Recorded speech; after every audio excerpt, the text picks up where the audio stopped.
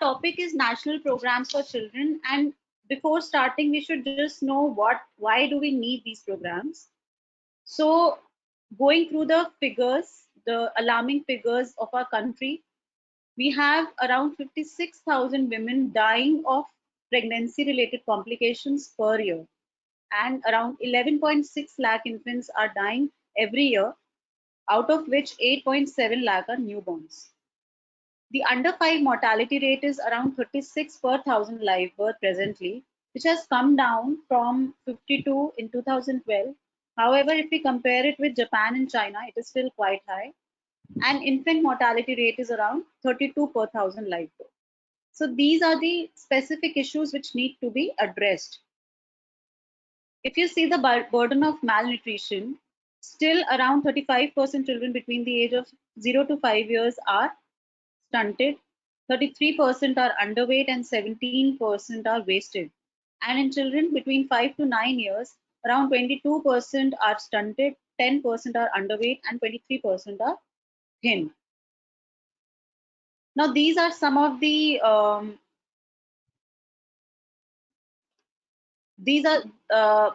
figures from as a comparison from 2005 to 2015. So India, the population of India having underweight children was 42.5% earlier, which has come down to 35% only. So there is a loss of only 7 to 8%, which is not very high. Similarly, in urban, rural, and slum areas, it is almost same, not much difference. Only the urban poor, there has been difference. So it still needs a lot of addressal. Similarly, the burden of micronutrient deficiency in India, if we see, still there is a high prevalence of anemia in children less than 4 years. So see, it's around 40%, it's too high. And in adolescent girl also it is around 30%. Vitamin A and iodine deficiency disorders are also quite high. So these are some of the figures I've taken from the WHO census, wherein they have compared the presence of vaccine preventable diseases from 1980 to 2019. So has been a drastic decrease from 40,000, and in the late 90s it had come down to 1,000, 1,700, but then again there has been an increase. So that is why the diphtheria has been again added at 10 and 16 years of age, diphtheria vaccine. Okay. So this is about the pertussis and measles. So you can see the trend. Okay. So if we go off about the causes of under 5 child deaths in India, the 2010 data tells that about 50% are neonatal deaths, and that too preterm is the major cause of death in neonates. And the rest are asphyxia, sepsis, congenital disorders. The other ones, the other major chunk is diarrhea, measles, meningitis, injuries, etc., and pneumonia, ARI. That is very important. Okay, so these are still highly prevalent and are major causes of under 5 child death in India. And please remember that globally more than 1/3 of children die of undernutrition. So that is a very alarming figure. Now, why do we need the National Health Program? So just after this small introduction, we now ought to know that a healthy child needs it is a life cycle approach. So the healthy child will come out from a healthy mother, which will come from a healthy adolescent girl. So it has to be a life cycle approach. A healthy newborn girl growing up to be a healthy adolescent girl, which grows up to become a healthy mother. So that is the aim of the National Health Program. So they aim at the life cycle approach. So when there is a healthy baby who grows up to be a healthy adolescent, who grows up to be a healthy mother, it will improve the health of the country overall. So for that, everything has to be targeted. So these are the points which are being targeted. Okay.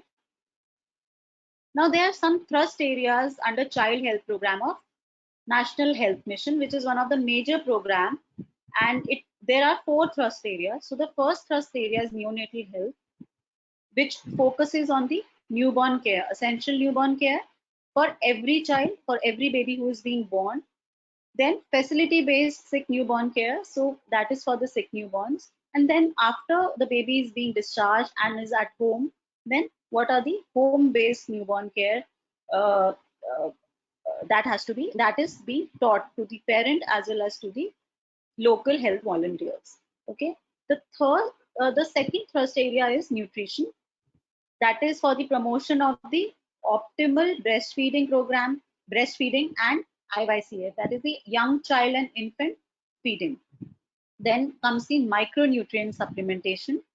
And then if the child has any malnutrition, that is to be managed along with the micronutrient deficiency. The third thrust area is management of common childhood illnesses. And the fourth thrust area is immunization. So immunization is important for uh, preventing the vaccine preventable disorders, and also for some measles and Japanese encephalitis related deaths, and for polio eradication. Now, since I told you that this is a life cycle approach and the health programs are basically targeting it, so it has to start at the antenatal period at itself. So the first program which we will be talking about, which targets the antenatal part, is Janani Suraksha Yojana. This was launched on 12th April 2005 under NRHM, Ministry of Health and Family Welfare, Government of India. And it was basically focusing on the reduction of maternal and neonatal mortality by promotion of institutional delivery. And it mainly focused on poor pregnant women. So you must remember from your community medicine classes that according to this, the states are being divided into high performing and low performing states. And accordingly, the remuneration is given to the ASHA worker and to the mother for having institutional delivery. So some of the states, low performing states, are here. And these are the remuneration that is being given to them. The second program is Janani Shishu Suraksha Karyakram, which was launched on 1st June 2011, and it further extended in 2014 to include all the antenatal and postnatal complications. And it is also under National Health Mission, MOHFW, that is Ministry of Health and Family Welfare. And it basically tried to prevent any out of pocket expenses for the pregnant mother and for the baby. Okay, so initially it was only for the neonatal period. Now it has included till 1 year of age, that is JSSK, and it included everything like all the essential newborn care and essential care to the mother, including the cesarean section, free treatment, free drugs and consumable, free food, free diagnostic, free blood, okay, and also travel from home to health institutions, or if we are referring the mother to some other institution, that also, and also the dropping facility for the mother and the baby from the hospital to the home. Okay, so that was about JSSK. The third one is Navjat Shishu Suraksha Karyakram, and this was launched in September 2009. This is also under National Health Mission, Ministry of Health and Family Welfare, and it basically aimed at reducing the neonatal mortality rate. Now, in this, they wanted to basically empower the health personnel at every point in the newborn care and resuscitation, so that they are well equipped in managing the babies who are born in facilities. Okay, so at every delivery point. So if we remember, there are various delivery points, okay, at the PHC or at the first referral unit, then at the community health center, and at the district level. So there are different kinds of delivery points, and they are named. I'll be talking about them later. So they wanted to basically empower the health personnel, and the training is being given for around for this only, for managing of hypothermia, for resuscitation, prevention of infection, also teaching about the early initiation of breastfeeding and how to manage the breastfeeding complications. That is being taught in this Navjat Shishu Suraksha Karyakram. One of the part is facility-based newborn care, which is also under NRHM, and the guidelines were published in 2011. And it was also for NMR. So it is basically included under NSSK only, where in the NSSK they are being taught about the FBNC. So I told you about the three levels at which there are newborn corners. So the first is at every delivery facility, be it a PHC or a small dispensary. So it is a one-bedded facility, and where the basic support like drying, okay, basic neonatal resuscitation is being provided. The second level is at CHC, or the first referral unit, which is a four-bedded facility, which is a little better than the NBBCs, where there is some prevention of hypothermia, okay, then stomach wash, all this all is being given, okay. And the third and the highest one is SNCU, which is at the district level, and it is around 20 bedded unit, and it is a level 2 nursery. That means everything except the ventilation. So there is a management of hypothermia, management of sepsis, management of jaundice. Okay, all these are present. So this is under FBNC. Now this is being extended to HBNC, that is home-based newborn care, where ASHA workers visit the babies at their home according to a specified schedule. Okay, and it is up to 42 days of life. So they basically go to check the baby's growth, baby's immunization, and baby's breastfeeding, whether they are breastfeeding or not, and also ensure that there has been a registration of birth done or not.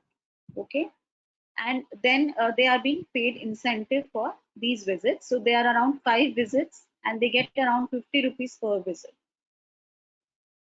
Now this has been extended to include infants and young children till 15 months. So when HPNC is being extended to include these babies till 15 months, it is called as HBYC.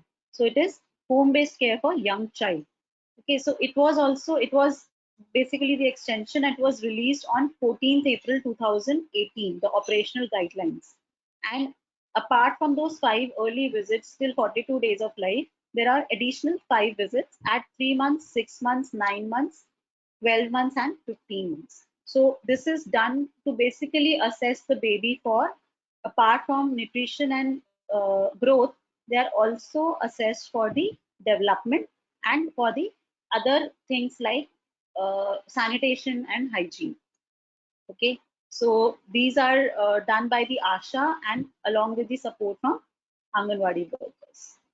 So this is what they do. So they go for to check whether there is breastfeeding being done or not. They are being given breastfeed till 6 months or not. Whether the complementary feeding has been started or not. Okay. Also, they teach the mothers about the prevention of childhood pneumonia and diarrhea, and they check whether the baby has been immunized or not. And along with that, they check about the development of the child. Okay. So any questions till now?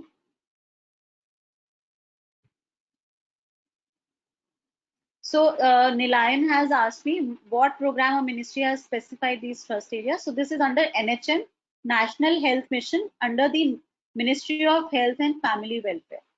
Okay, so majorly please remember that all the maternal and child health programs are under NHM, except a few which we'll be talking about, like ICDS, which is under Ministry of Women and Child Development. That is another different ministry. Okay, so mostly all of them are under NHM, which is under MOHFW. Okay. Okay.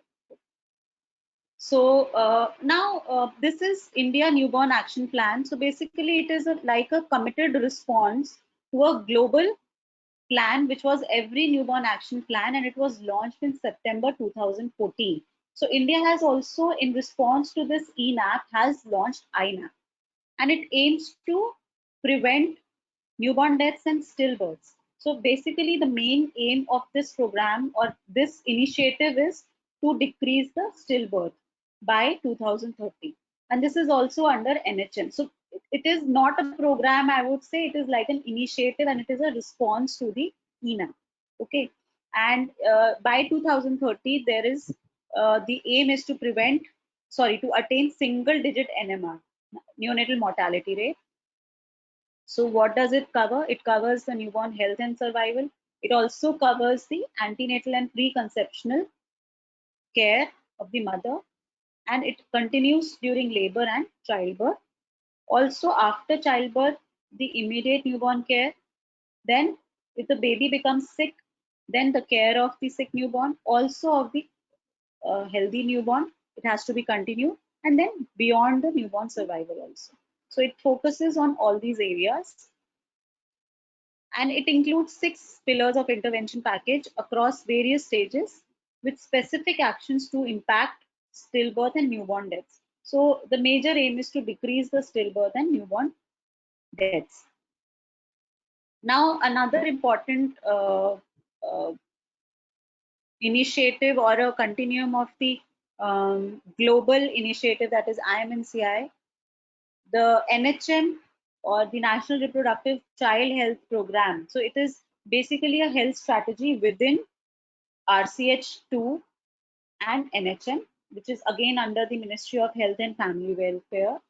And it was basically collaborating the IMNCI at the facility level. So facility level means at the level of hospitals or at the level of health centers. So basically they wanted to incorporate this IMNCI package at the facility level so that there is management of major newborn and child illnesses at the community level, as well as should be continued at the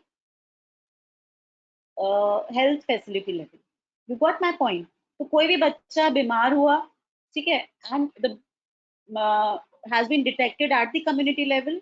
If this child requires any referral, so that baby or that child will be referred to a hospital who is equipped to manage this illness. So they wanted to basically empower the people at health facility to tackle these illnesses. Okay, so this is what it is about. So it is basically to empower the health personnel with these skills to manage newborn and childhood illnesses at the community level as well as at the facility level, and it also helps to build the capacity to refer these children. So if at the facility level also, supposingly if a child is sick and that could not be managed at a CHC, so this child needs to be referred. So that referral part also has to be robust. So FM and FIMNCI includes everything, okay, along with the referral services also. Okay, so it basically provides appropriate skills to these health personnel for inpatient management of major causes of mortality in children and neonates like asphyxia, sepsis, low birth weight, pneumonia, diarrhea, malaria, whatever we talked about, which are responsible for over 70% deaths in children less than 5 years, specifically in resource limited setting. Okay, so these are the people who are trained: medical officers, staff nurses, auxiliary nurse midwives, at the CHC or FRUs, and then at all those centers where 24/7 deliveries are occurring. So the training is around for 11 days. Now there are some newer programs which have been launched recently, and I just wanted to introduce them to you so that you are not blank when they come. So first one is MA, that is mother's absolute affection. So by just looking at the name, by just listening the name, we can understand that it is basically focusing on the breastfeeding. So mother's absolute affection is a program under NHM again, that is Ministry of Health and Family Welfare, and it was launched in 2016 August. It was basically to promote breastfeeding at the community level and also to empower the health personnel in tackling all the breastfeeding related complications and to promote breastfeeding awareness amongst the masses. So basically it is about the breastfeeding. So it is not only sensitizing the mother but also their families for breastfeeding, kangaroo mother care, all that being taught. Okay, so these are the objectives, how we go about it. You can just read it from here. You can take a screenshot. I'm not going in detail because there's a lot to talk about right now. Okay. So also after empowering and all after uh, uh, creating the mass awareness, they have they recognize and incentivize those facilities which show high rates of breastfeeding, so that it is basically rewarding those facilities which show high breastfeeding rates to encourage people. Okay, so if you are given some incentive, you will definitely do something better. So for that, they are giving incentives also. Okay, so this is the key components. Asha is again the major person which is doing, is the key person, and also the ANM. So these are the various components which are being done. The other one is a Pradhan Mantri Surakshit Matritva Abhiyan. I'll just see if anybody has any question. No. This is going to be very boring, I know that, but these are important, so please don't miss out anything. Just try to at least note down the names or take screenshots. You can just read them later. Okay, so the last one for maternal and newborn health is Pradhan Mantri Surakshit Matritva Abhiyan, which is PMSMA. It was also launched under NHM in 2016, and it also aims to provide assured, comprehensive, and quality antenatal care, which is free of cost, and it is universal to all antenatal pregnant women. And the day is fixed. So every month's ninth day is fixed for antenatal checkup, and it is done by specialists in that field. So this is done by an obstetrician or gynecologist, and they are being given the antenatal care. So the aim or the objective was to basically ensure at least one antenatal checkup for all pregnant women in their second or third trimester by a specialist.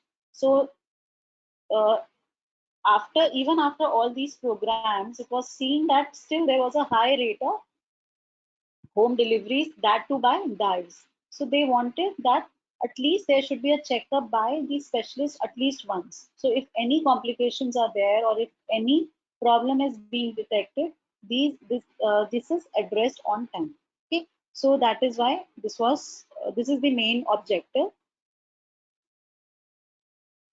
So all these visits are basically complementary to the ongoing AMC visits. It is just a complement. So ninth को भी दिखा सकते हैं along with the normal antenatal visits. So it includes everything, all the diagnostic services required like ultrasound, blood test, everything.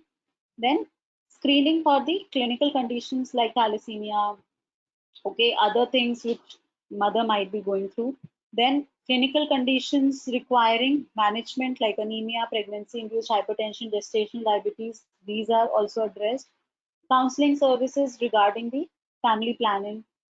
Okay, then it gives additional opportunity to those mothers who have missed their normal antenatal visits, and it also helps in line listing the high risk pregnancies having some obstetric or medical history, so that these people or these females are identified on time and are managed accordingly. Also, it helps in appropriate birth planning and complication readiness in the pregnant women. So it is basically empowering the mothers also. They are basically teaching the mothers also that these might be the complications, especially in those who have some comorbid conditions or who have any risk factors. And it also helps in management of malnutrition. So it focuses on those mothers having malnutrition or micronutrient deficiency like anemia. Okay. And one of the major component is focusing on adolescent pregnancies and those pregnancies requiring extra and specialized care. So this is PMSMA. Now coming to the nutritional programs. I hope this is clear to all of you. Okay. Now, I told you about some programs which are not under NHM or Ministry of Health and Family Welfare. So one is ICDS, which is under Department of Women and Child Development. The second one is Midday Meal Program, which was started under Department of Elementary Education and Literacy. Now it has come under NHM. The National Nutritional Anemia Prophylaxis Program, National Program for Prophylaxis Against Blindness due to vitamin A deficiency. So you can take a screenshot. Now coming to the first program, that is ICDS. So I hope everybody knows about it, because that is one program which we read about very nicely in our community medicine class. So this was launched in October 1975, and it is the flagship program of Government of India, which targets on children the holistic development, development and health of the child. So it basically focuses on every aspect. So it focuses on the health, immunization, the development, the schooling, okay, emotional development. Everything is being focused. Okay, so what are the objectives? So improving the nutrition and the health status of children between 0 to 6 years. So the beneficiary here is basically children between 0 to 6 years. I will be talking about that later also. Then pregnant women, lactating mothers, and uh, pregnant and lactating mothers, and then also adolescent girls, and last is women between 15 to 45 years of age. Okay, all women. So these are the objectives. The service provider is Anganwadi worker, and service is provided at the center, Anganwadi center, and the grassroots worker is Anganwadi worker. So these are the beneficiaries. I have already told you about these. And how are these being given? So first, services. So these are the major 6 services. Please remember, whenever this question on ICDS comes, after mentioning the date of launch, the ministry under which it comes, the objectives, the beneficiaries, please talk about the services. So there are 6 services provided. First is supplementary nutrition, which is given to all children between below 6 years and pregnant and lactating mothers. Immunization for again this population. Health checkup again for this population. Nutrition and health education for all women between 15 to 45 years.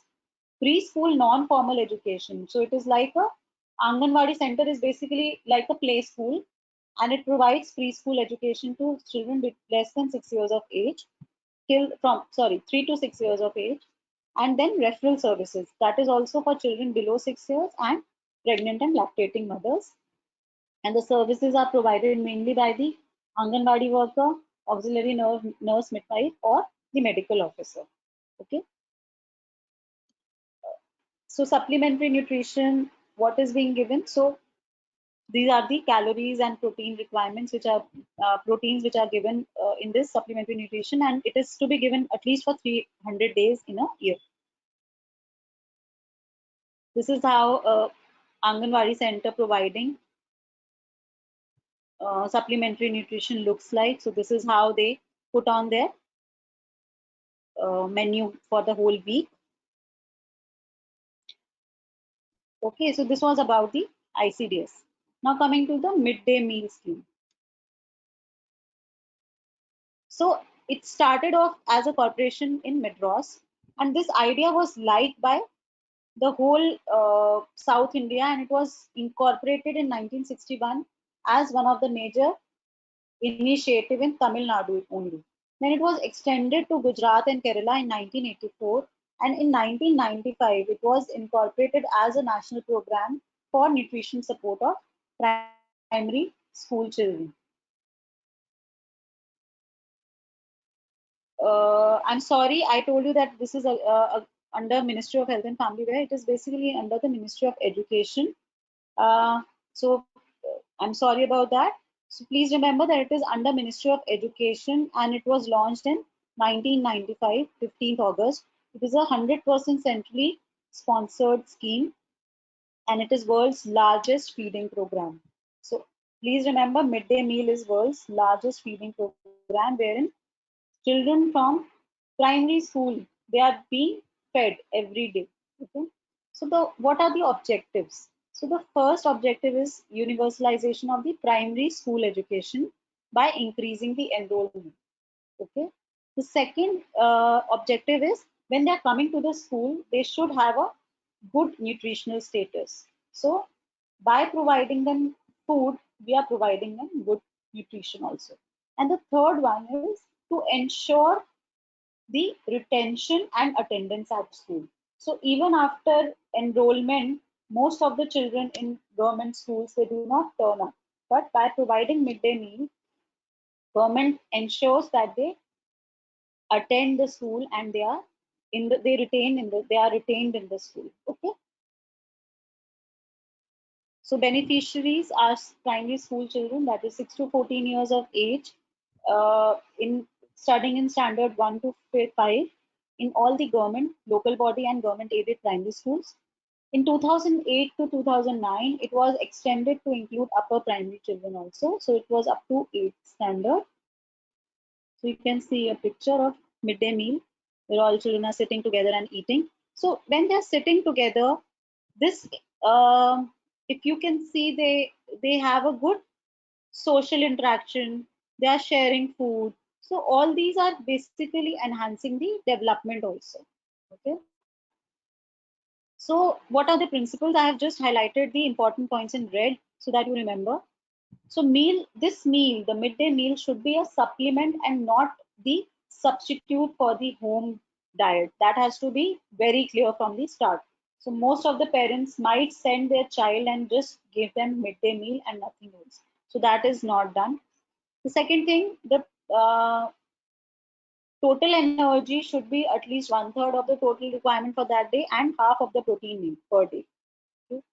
It should be low cost, locally available food, prepared easily, and should be frequently changed to avoid monotony. So you're dealing with young children only, so the menu should be frequently changed. How do we apply this program? So it has to be given at least 250 days per year with a serial to pulse ratio of 3:1 to 5:1 around. And for primary school children, the calories provided are 480 and protein is 12. And for upper primary, it is 720 and 20 protein. Okay. So some updates. So initially, it was a cold food, I would say, like chana murmura kinds, where it was not cooked. Okay, it was ready to eat meals. Then 2001, the hot cooked meals were introduced in midday meal scheme. In 2006, 50 gram of non-tuber vegetables were added. In 2011, iron fortification was done for the salt, iodized salt. And in 2018, fortification of wheat flour was done and oil was also fortified with vitamin A and D. So to ensure good micronutrient supplementation, this was done. So these are some of the later updates. Okay. Now this is very, very important. Please listen carefully or whatever you please read it. This is Poshan Abhiyan, which had come in your seniors exams also. So Poshan Abhiyan. So what is Poshan Abhiyan? It is Prime Minister's overarching scheme for holistic nutrition. Okay. So basically it is uh, uh, Prime Minister's initiative. The name is this, and it is under Ministry of Women and Child Development again. So safely you can write that most of the nutritional programs are under the Ministry of Women and Child Development, except midday meal scheme, which is under Ministry of Education. This was launched in March 2018 with the objectives of ensuring holistic and proper nutrition for all these beneficiaries, which we had talked about earlier also in ICDS, children between 0 to 6 years, adolescent girls, pregnant and lactating women. Okay. in ICDS, all ladies between 15 to 45 years were also included in this. They are not included. So what is new in this? So it is basically using the technology for real-time growth monitoring and tracking of women and children health. There is convergence of intersectoral collaborations for better service delivery, and it also focuses on intensified health and nutrition services for first 1,000 days. That is antenatal period of 9 months plus first 2 years. So this is the main focus area under Poshan Abhiyan. So it is basically focusing on the maternal health and children till 2 years of age. So that covers the first 1,000 days of a child's life. And then the fourth pillar is Jan Andolan, which we'll be talking about. So what are the targets? So this is very important. So these are the 5 targets, which is to prevent stunting, prevent and reduce undernutrition, reduce the prevalence of anemia between 6 months to 5 years, and reduce the prevalence of anemia among women and adolescent girls in girls between 15 to 49 years, and also to reduce low birth rate.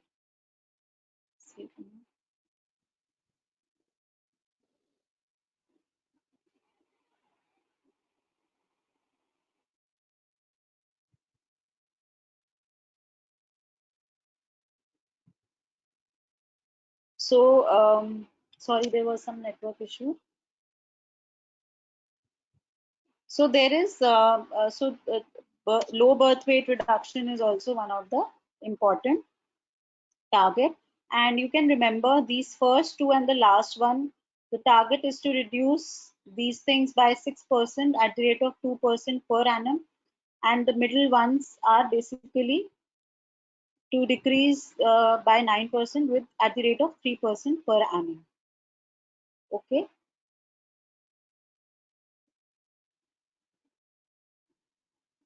And how do we reach this? So the strategy is basically improving the infant and young child feeding,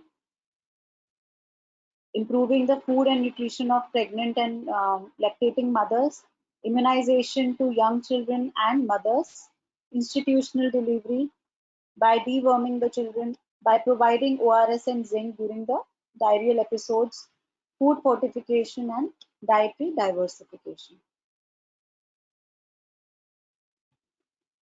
Now, one of the pillar is Jan Andolan, wherein it is basically encouraging community participation to make it a people's movement. So all the political rallies, etc., basically are like Jan Andolan. So they are being included. They are, I would say, they are encouraged to participate so that it becomes a people's movement. What Kejriwal did in 2013. So that is what Jan Andolan is. So basically, what do they want to do? So they want to apprise about the impact of malnutrition to the community so that the community knows about it and they take some action to reduce this problem. Secondly, it helps in mobilizing the various sectors and community to create an intent to consume the nutrient-rich food.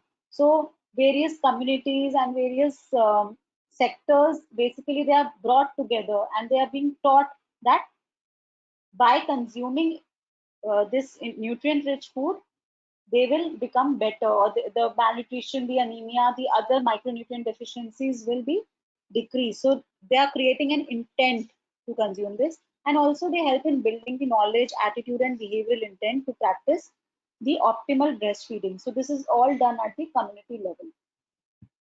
So they are teaching about the breastfeeding, the IYCF, that is the complementary feeding, the maternal nutrition and adolescent nutrition practices to prevent malnutrition, including anemia. Okay. Now coming to the National Nutrition Anemia Prophylaxis Program, which is under MOHFW. National Nutrition Anemia Prophylaxis Program initially was launched in 1970 which was renamed as National Nutritional Anemia Control Program in 1991 and is now National Iron Plus Initiative Program since 2013. Now, if we see, this is the prevalence of anemia. Okay, so if we see in 1 to 4 years, around 1.2% have severe anemia. So if somebody can give me what is severe anemia, what is the WHO classification of severe anemia? We'll keep on talking. In 5 to 9 years also around 0.7% have severe anemia, and in adolescents also around 0.9% have severe anemia, let alone the total percentage. It's quite high. We already talked about 40% of children between 1 to 4 years have anemia. Okay, now what is being given? So this is the IFA supplementation to prevent as a prophylaxis. So for children between 6 months to 5 years, 20 milligram of elemental iron and 100 microgram of folic acid is given bi-weekly. Okay, so this is the only population where it is given bi-weekly. In children between 5 to 10 years, 45 milligram iron and 400 microgram of folic acid is given weekly. In adolescent, 100 milligram of iron and 500 microgram of folic acid is given also weekly. And in women of reproductive age, again, this is given weekly. In pregnant women, the same quantity is given 100 days in pregnancy, followed by 100 days postpartum. Okay.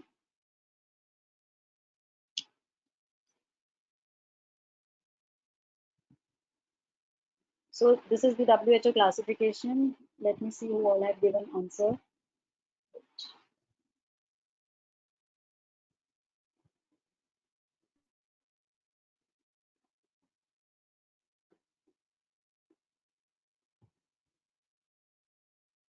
Okay, I have got some questions are there. I'll like to answer these later. I'll try to cover all these first because otherwise they will get missed.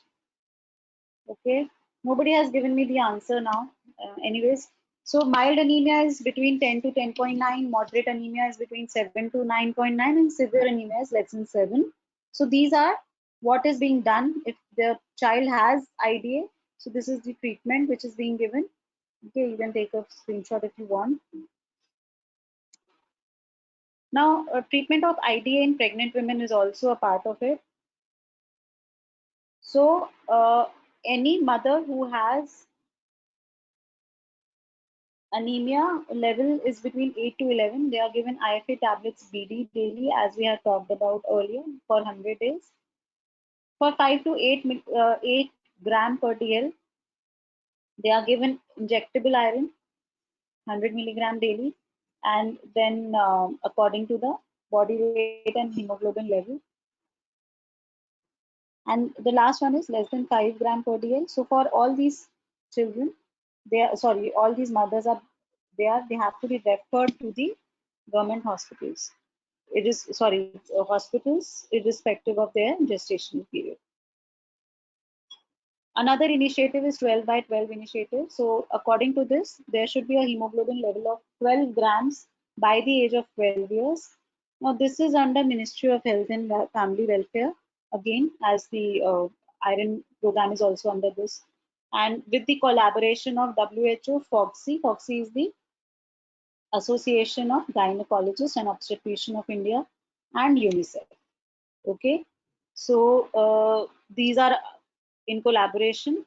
And what happens that children between 10 to 14 years are screened, and if the hemoglobin level is less than 12, then iron is supplemented. They are also creating awareness on the dietary pattern in schools and in the slum areas by providing workshops. Okay. The last one is vitamin A deficiency. So this is the prophylaxis. So this is the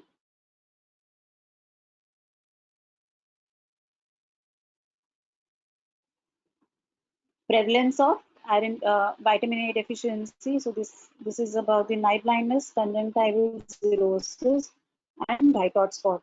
So it's still quite high. This is 2006 data. I could not find the most recent one. So when do we call vitamin A deficiency? When the serum retinol concentration is less than 20 microgram per dl, and the prevalence is quite high. In preschool children is around 18%. In school age children, it is around 22%, and in adolescent, it is around 16%.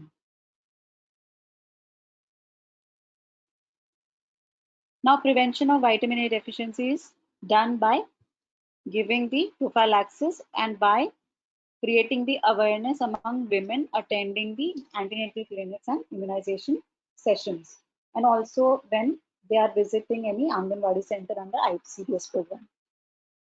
And also there is education regarding promotion of vitamin A rich food consumption. Okay. So what is the prophylactic dose of vitamin A? So you all know 9 months, at 9 months, 1 lakh units along with the measles vaccine. At 16 to 18 months, 2 lakh units are given with DPT booster, and after that every 6 months up to 5 years is given. 2 lakh units are given. So around 9 mega doses are to be given in total from 9 months of age till 5 years of age. So this is the prophylaxis, and this is included in the MCP card also. Okay. And then if the child has ophthalmia, so these are the doses for the treatment. And any child with measles or severe malnutrition is being given a mega dose of vitamin A, even if it is if it is not received within the last 4 weeks. Okay. So this was all about the nutrition programs. Now coming to the immunization program. So now immunization program, this is the chronology. I'm not going to talk about it in detail because it's not something which we are focusing on. So one milestone which India achieved was in 2014, no wild polio virus was reported for at least 3 years. And then India had a historic achievement and was considered or certified as polio-free country. Okay, so this was it. Uh, Now, UIP or Universal Immunization Program is one of the largest public health programs which targets around 2.6 crore newborns and 2.9 crore pregnant women. And it is majorly responsible for reduction of vaccine preventable disorders under 5 years of age. Now, what is the main key implementation of key cornerstone of this particular program? It is to provide free of cost vaccine against 12 vaccine preventable disease. That is nationally against the 9 diseases: diphtheria, pertussis, tetanus, polio, measles, rubella, tuberculosis, hepatitis B, and Haemophilus B influenza type B. Please remember, your seniors had written toxoplasmosis as one of the main disorders for which the vaccine is available. Please do not write that. Your marks are cut. Okay. So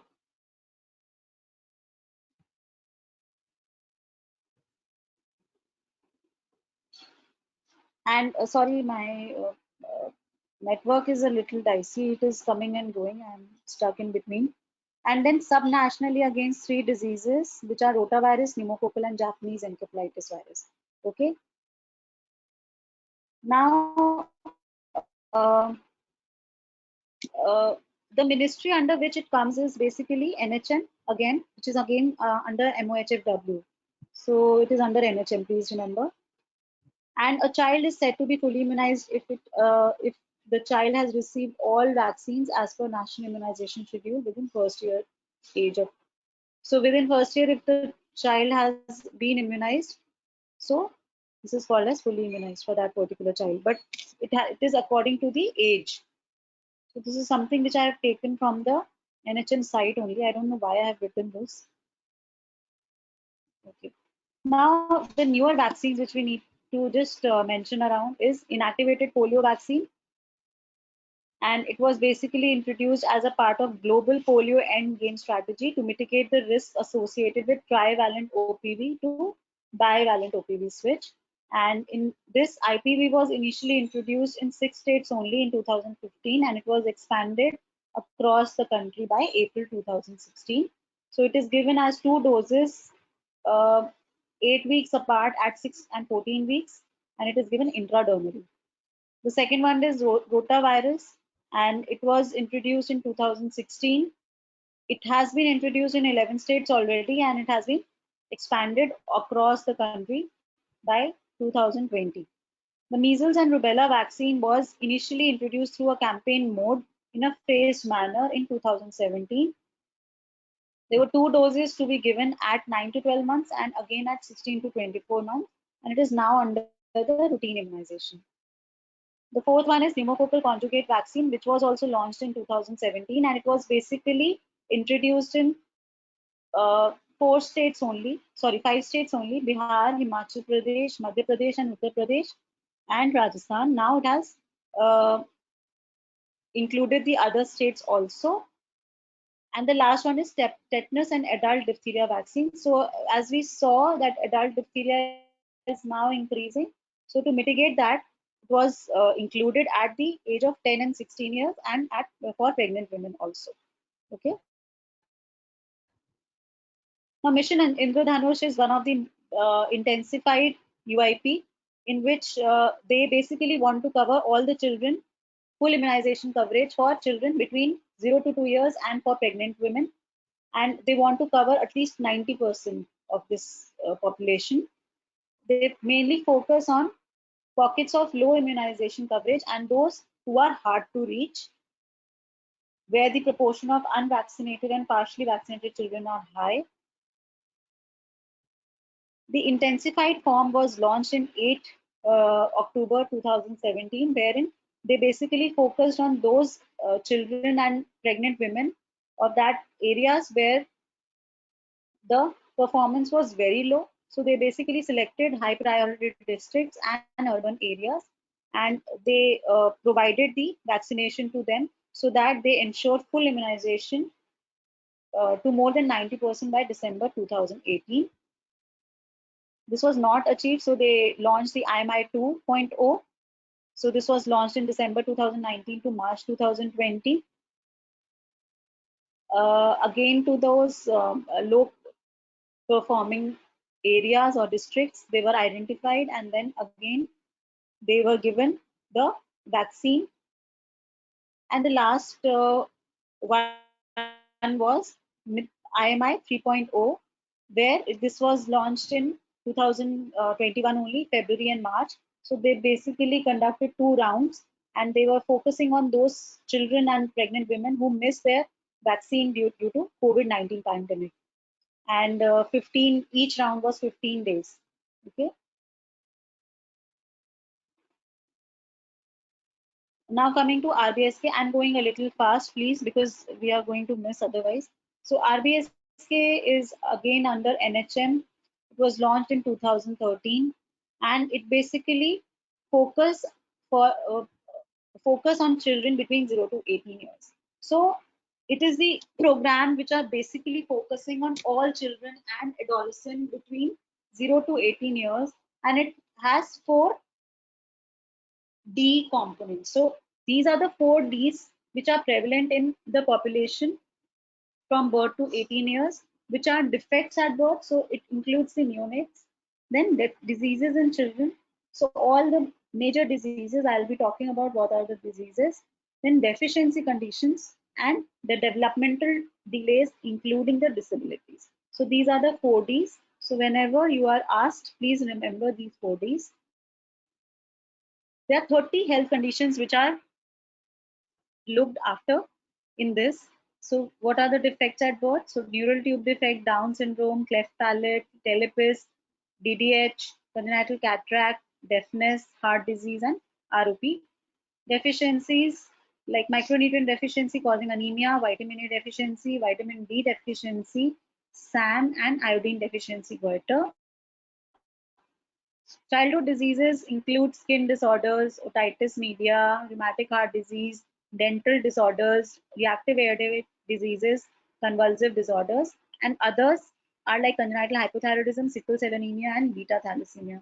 So these seventh one, the others one, are available only in some where there is a facility for labs. Okay, so in those areas only they can be done. And the last one is developmental delay and disability. So vision impairment, hearing impairment, neuromotor impairment, including CP, motor delay, cognitive delay, language delay, autism spectrum disorders, learning disorders, and attention deficit hyperactivity disorders are being managed or being addressed. Now, these are the targets. So how do they go about? So how do they provide the service? So basically what happens that there is a screening of these children for all the disorders. So that screening can be done at home by at home, at the delivery point, at the Anganwadi centers, or at the schools. So these are the target age group and where the screening is done. So from birth to 48 hours, sorry, all delivery points and public health facilities screening is done. From 48 hours to 6 weeks, home-based screening is done through HBNC. 6 weeks to 6 years, Anganwadi centers are the major hub for screening, and 6 years to 18 years, it is done at the school only by the mobile health team. What is the composition of mobile health team? So there are two medical officers, a staff nurse or an ANM, and a pharmacist for providing the medicines to the children. Okay. Now, District Early Intervention Center is the center point for this program, where it is the hub for all the activities of RBSK. So DIC is basically the center for management as well as for the referral of the children with various problems which we just talked about. So any disease, any deficiency, any defect, or any developmental disability child will be referred to a DEIC. Now it is on the discretion of DEIC. So there are pediatricians, there are specialists in the DIC which are always there, and they look at they understand, they identify the health condition, and they do they take the necessary action. For example, for a developmental disability or a developmental delay, they are basically managed at the DIC by the multidisciplinary team. For the children requiring any surgery or management through medical intervention, they are being referred to or they are being managed at the hospital. Okay, and the children who are having defects requiring surgeries will be referred to the tertiary centers where they are being managed. So all these activities, the referral, the developmental intervention, everything is being done by DIC. So DIC is the hub, and it is mainly focusing on children between 0 to 6 years, although they cover till 18 years, but major focus is still 6 years. Okay. Now, school health program is also a part of the development program, wherein the children between the children between 6 to 18 years are who are going in government or government aided schools. They undergo biannual health screening, and there is early management of any disease, any disability, or a common deficiency, along with the biannual deworming and iron folic acid supplementation. So what are the components? Again, they are screening for general health, for anemia, nutritional status, visual acuity, hearing problem, dental checkup, common skin condition. So just like RBSK, if it is done at the school level only, this is called as school health program. It also takes care of the immunization, micronutrient deficiency management, deworming, health promotion, school-based nutritional services, and teaching about the health, hygiene, and nutrition.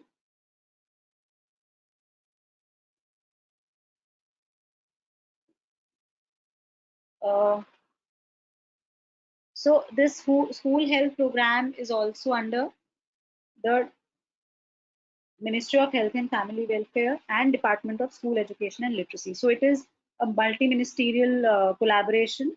So it is under MOHFW and Ministry of Education. Okay. So this is the objective. So to improve nutrition, to improve sexual and reproductive health, enhancement of the mental health, preventing any injury and violence, preventing substance abuse. Sorry.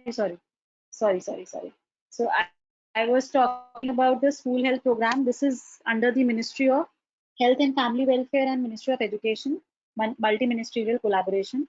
Now the last one is RKSK, which is basically adolescent program. This was launched on 7 January 2014, and this is under NHM, under MOHFW. It is basically for children between 10 to 19 years, and the main aim was to enable these adolescents all over India to realize their full potential and to make them to let them have a choice to make informed decisions. Okay. So what were the main objectives? Were to improve the nutrition, sexual health, mental health, prevention of the substance abuse and injury and violence. So this is again by strengthening of counseling, by social and behavior change communication, and it is by making adolescent friendly health clinics across various levels of care. And the last one is URSH. So URSH is basically for the mental health, and it provides the counseling services and routine checkups on the fixed days and fixed time, and it also has a telecounseling center. So now coming to your questions, we have another 5 minutes.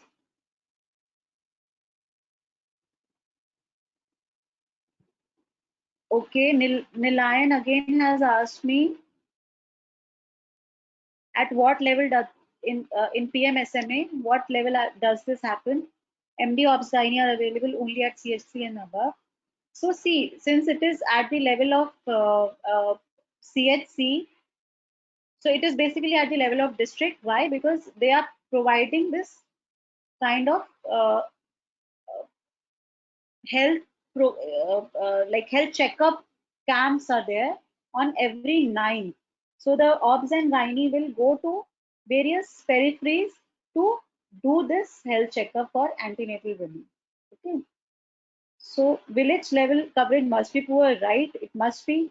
We need to see what are the benefits which have been achieved by PMSMA. It still needs to be addressed. So I don't know actually that how much coverage it has given till now. Ministry of HRD for what Swati has asked. And Swati, can you please again type? And then Pratik has asked me, are in midday meal scheme and program under different ministries?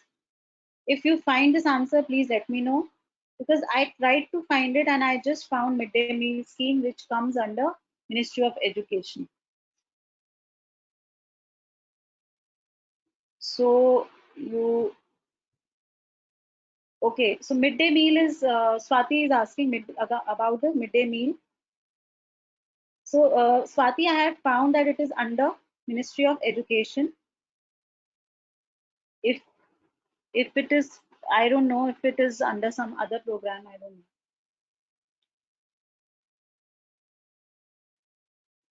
Okay, Nilayan has asked. I hope all of you were awake while during the class. If you want, I will share this PPT with you so that you have some note kind of thing. Okay, now I'll end the class if anybody has any question, or should I end?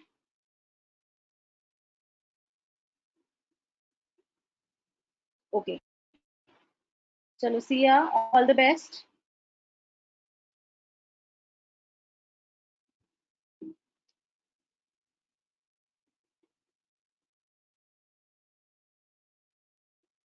Okay, I'll share this PPT with you if you want to read more. Okay. Okay. Bye. Take care.